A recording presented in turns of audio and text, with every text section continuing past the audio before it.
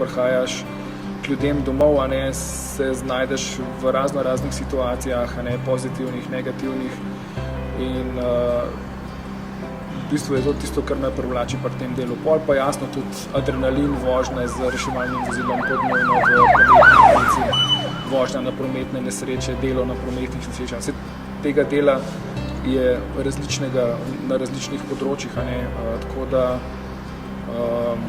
to te vleče.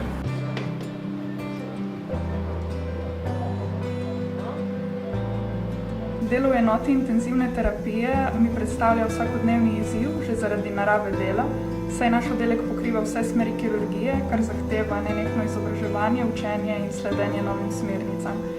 Pri nas so pacienti sedirani, analgezirani, kar pomeni, da so umetni komi in tako popolnoma odvisni od naše pomoči.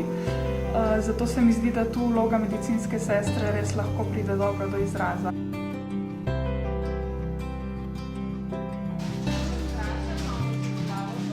Vsak dan lahko doživiš različne situacije, različne pogovore, tudi pacientov, ki se te dotaknejo, ali tudi ti njih.